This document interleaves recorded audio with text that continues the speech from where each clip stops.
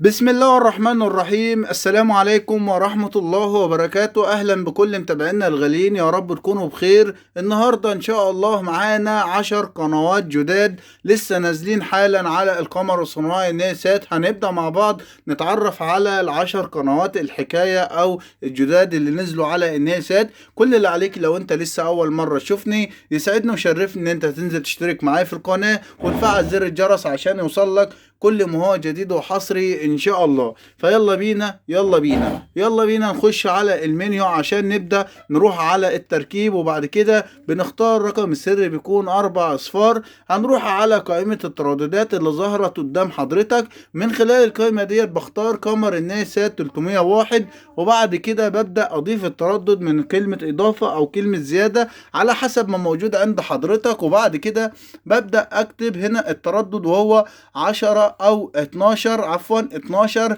500 زي ما حضراتكم شايفين 5. هنكتب التردد وهو 12 5 6 2، معدل الترميز وهو 2 7 500، والقطبية بخليها عمودي او رأسي، وبعد كده بضغط اوكي. مباشرة بيقول لك هنا ان التردد موجود او المرسل موجود. طيب خلاص، علمنا علامة الصح، وبعد كده بروح على زر البحث عشان تظهر معانا الوجهة اللي حضرتك شايفها. بخلي الخيارات زي ما انت شايف كده، وبعد كده بضغط هنا اوكي. مباشرة بيبدأ ينزل معانا كل القنوات اللي نزلت معانا على تردد 12 562. نزل معانا حوالي عن 26 قناة. كل اللي يهمني ان انا اضغط على كلمة نعم، ويلا بينا نروح نشوف ال10 قنوات اللي نزلوا معانا على الريسيفر.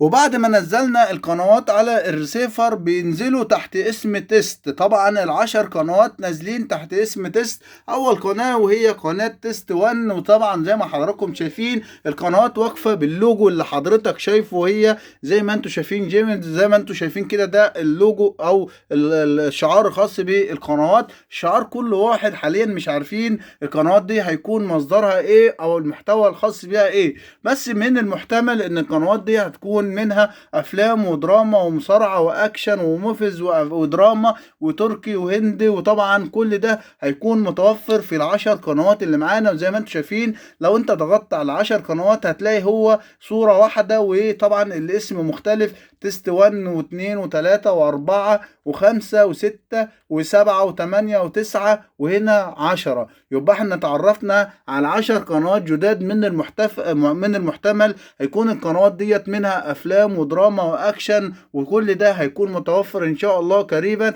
حضرتك نزل القنوات دي عندك وان شاء الله طبعا كلها 24 ساعة او اقل من 24 ساعة هيتم تشغيل القنوات ديت، وان شاء الله اكون عند حسن ظنكم. لو انت عايز الجديد او القنوات الجديدة يبقى انت تتابعني وتشترك معايا في القناة، وان شاء الله كده انتظرونا في كل ما هو جديد وحصري. اشوفكم في رعاية الله، والسلام عليكم ورحمة الله وبركاته.